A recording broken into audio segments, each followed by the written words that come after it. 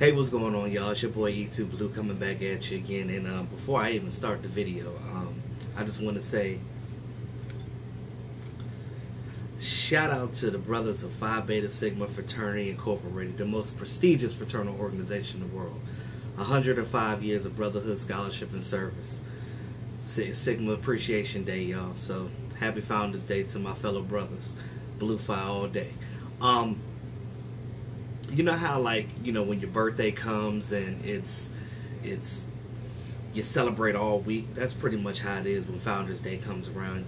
You know, especially if it's on a weekday like today when people got to work. You know, there's events going on all week, including community service. It's not all just parties. You know, community service, that's the most important thing, because like I said, we're built on brotherhood, scholarship, and service, and this is what we do. We serve the community, and you know, there's a lot of things going on this weekend in the DC area. So again, shout out to my fraternity for that.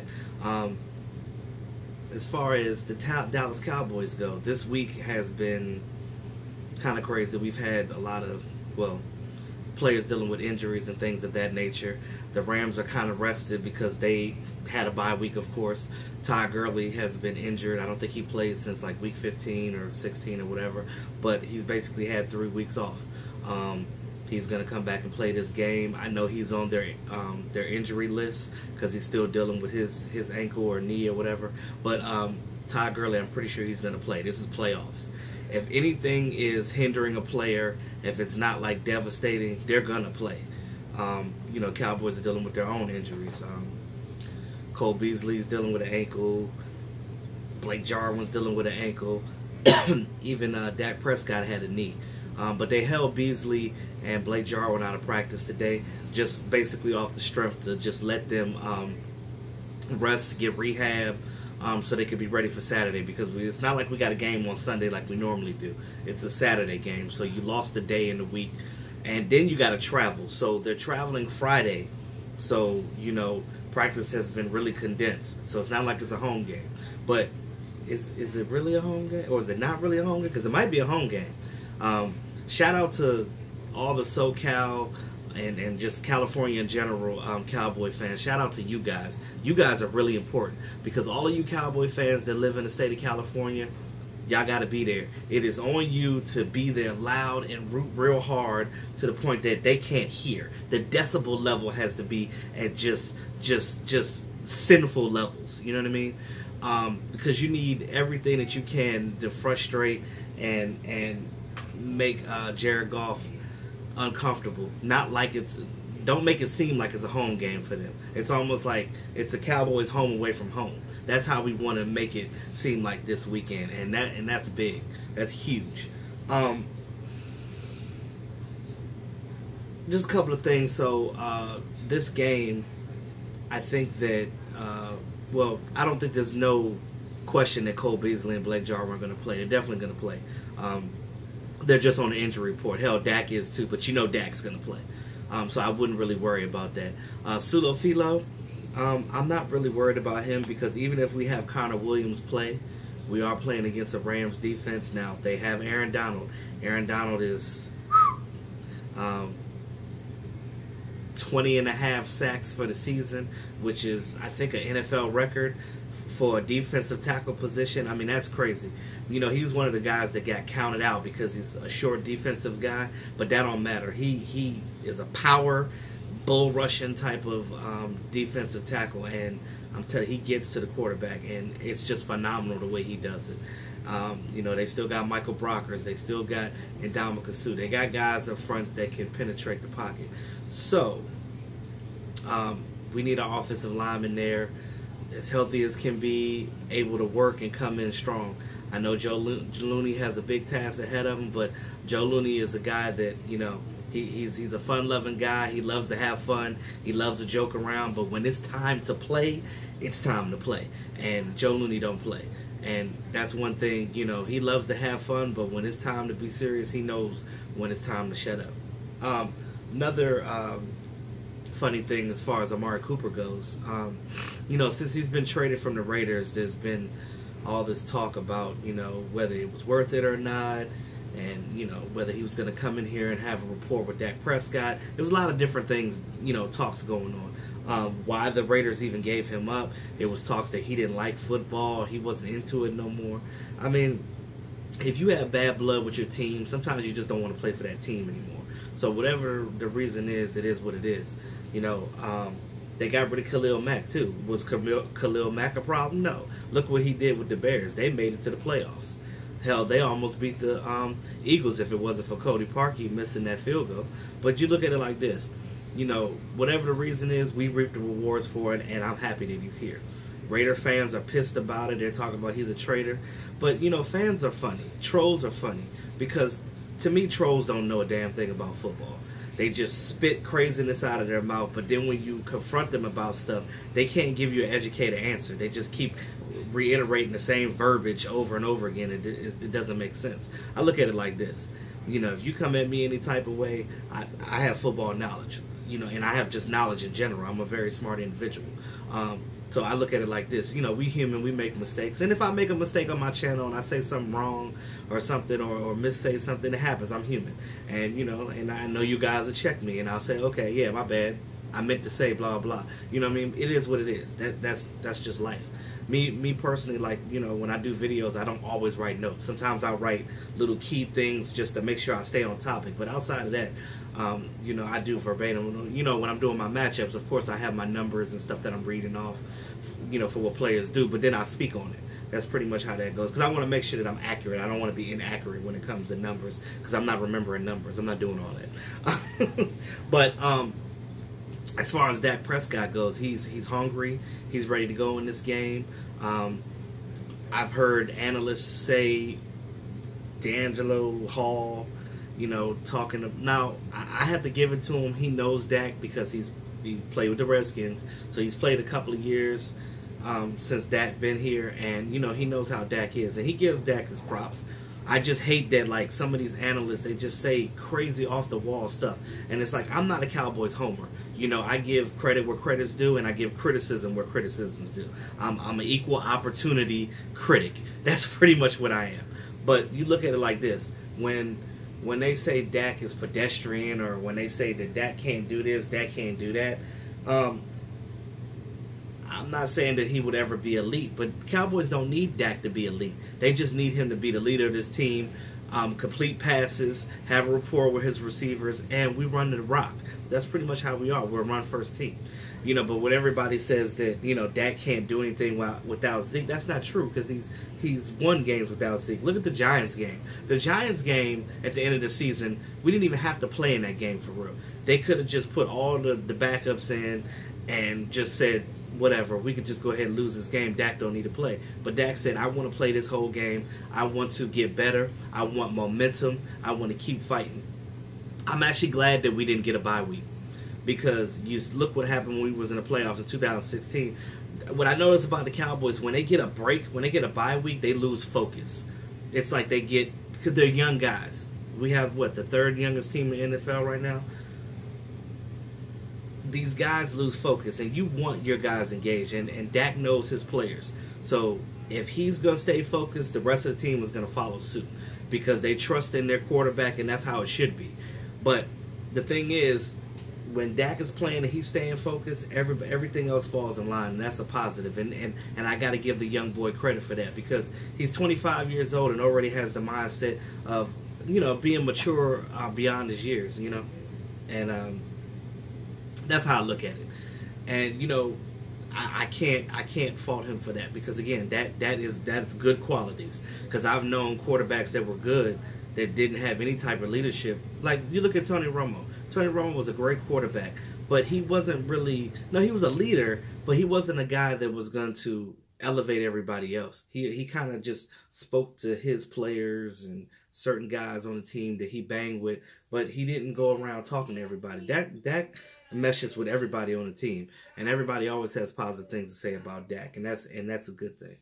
When you look at quarterbacks, see, this is what the analysts miss because they're not around. They don't see things like this.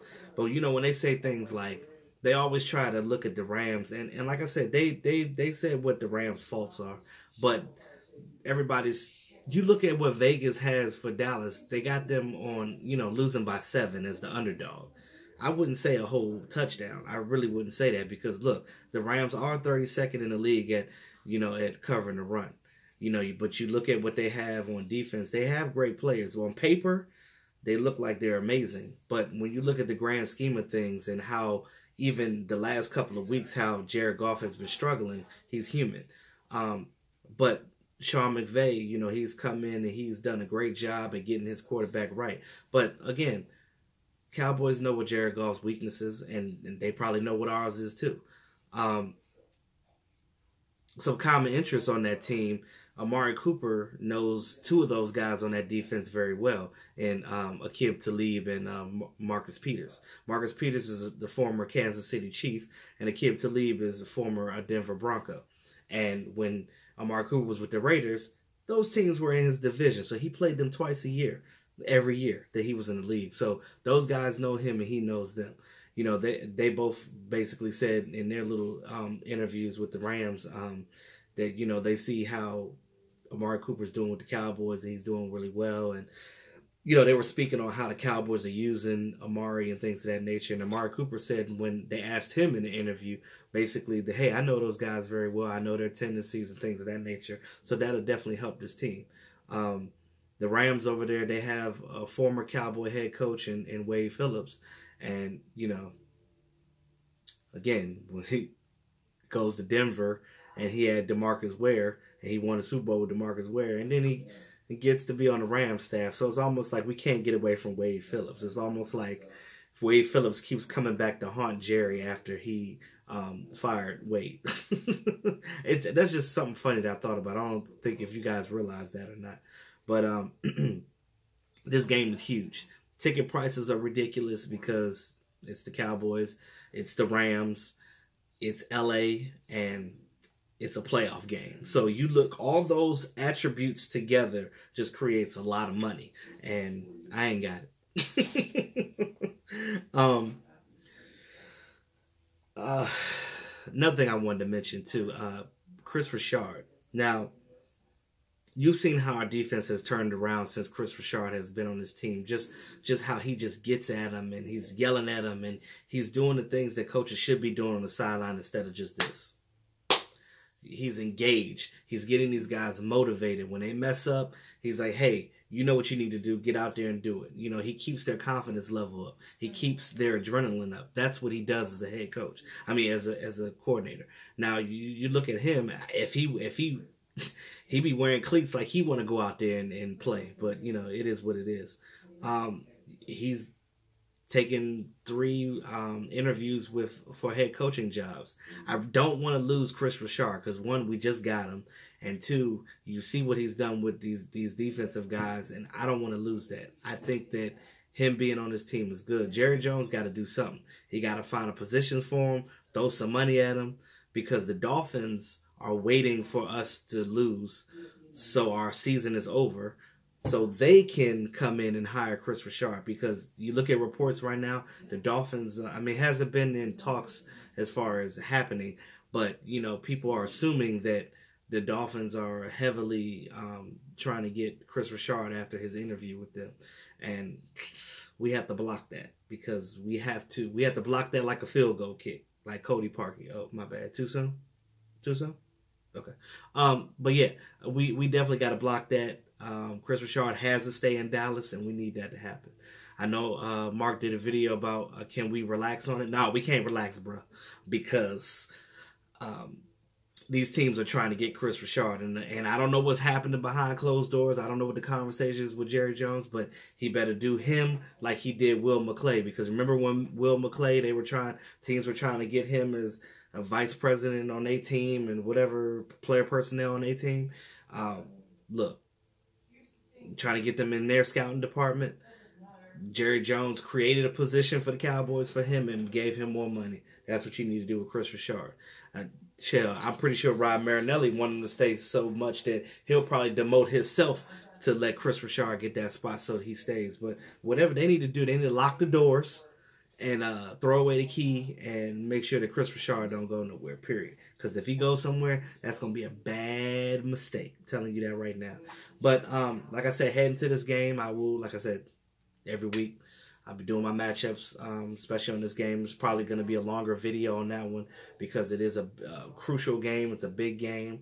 A lot of people ask the question on whether this season would be a waste if we lose right now and we don't make it to the Super Bowl. You know, everybody has their different interpretations, but I think we won enough game. I think that if we make it to the NFC Championship game at least, I feel like that should suffice because we haven't been to an NFC Championship game since the 90s. So you got to get there at least. I don't want to be well, we weren't one and done because we won, but I don't want to be one game winning and then out of it completely. So let's get it while we can. There's a lot of teams saying that Cowboys are close to winning the Super Bowl, but they're not yet. I halfway agree with that because I'm looking at what they're doing right now, and these young boys are hungry. They're ready for it. They're tired of people talking mess about them, and they're ready to go. Look at how mad Jason Witten would be if the Cowboys actually made it to the Super Bowl this year. Like, Jason Witten is probably thinking, like, in his head, he retired. I believe he retired because he didn't believe in Jason Garrett or believe that Dak Prescott could get him there. And look what's happening. You know, sometimes you don't pull the trigger so soon and make rash decisions so soon because you end up regretting them later. And that's pretty much where we're at with that. Now, what I want to talk about with the with the analysts basically talking about the Cowboys offense, saying that it can't get there. Now, granted, I heard somebody say that their offense is handicapped, and I'm like, well, if anything, it was handicapped because of Scott Linehan before. Scott Linehan, now all of a sudden, he wants to come out with plays and do different things and allow Dak to play Dak, which you should have done that all season, but that's neither here nor there. I'm tired of beating that dead horse. But, you know, they give the defense all the credit, saying, oh, the Cowboys defense is championship level. Right, I agree with all that. But, like, you know, they put it up against the Rams, and they're just basically just hyping the Rams up like the Rams are the next thing to God. Now, granted, I give Rams a lot of credit and a lot of respect. I love a lot of their players. They have a lot of great players on that team. But just like we have deficiencies, they do too. And our strengths and weaknesses on the team really coincide. And a lot of times, if you think about it, the Cowboys have the edge when it comes to that. But, you know, that's neither here nor there. Because when you start comparing quarterbacks, they're always going to say that it's Jared Goff. Yeah, and, you know, Jared Goff is a more polished quarterback, you know, a cowboy, but not a cowboy, but a cow, like California. He's a California boy. So, you know, apparently Dak has a lot to prove. You know, it's neither here nor there which this looks more predicated towards. You look at Dak, whether he wins or lose, he's still going to be the Cowboys quarterback. But with Jared Goff, is he still going to be favored over there? Is Sean McVay still trusting him to be the quarterback if he loses? Because, yeah, they went 13-3, but just like last year, you know, they won one game or got to the second game and, you know, one and done. So is Goff going to be one and done? If he's one and done, you know, is he going to get criticized for that? You know, but it is what it is. That's their business. I don't have anything to do with that. But that's just some food for thought. Like, just with anything, every quarterback has criticism against them, and every quarterback has to perform. That's what it is. One thing I love about our Dak Prescott is the fact that when things are tight and it's a lot of pressure on him, he steps up to the plate and does what he's supposed to do. And that right there, I have to commend that. So that's pretty much it. Just with these injuries that we have, guys, don't be alarmed by them. A lot of them are just sitting out because the Cowboys want them to rest. But I'll be doing the final injury report before the game in my matchup video. So I'm pretty sure that all those guys are going to play, obviously, except for the ones on IR. I don't think David Irvin's coming back, so I'm not going to hold my breath on that. But with that being said, y'all, thanks again to all my subscribers. This is your boy E2 Blue, always keeping it real. Remember, Phi Beta Sigma. Have a great evening, y'all.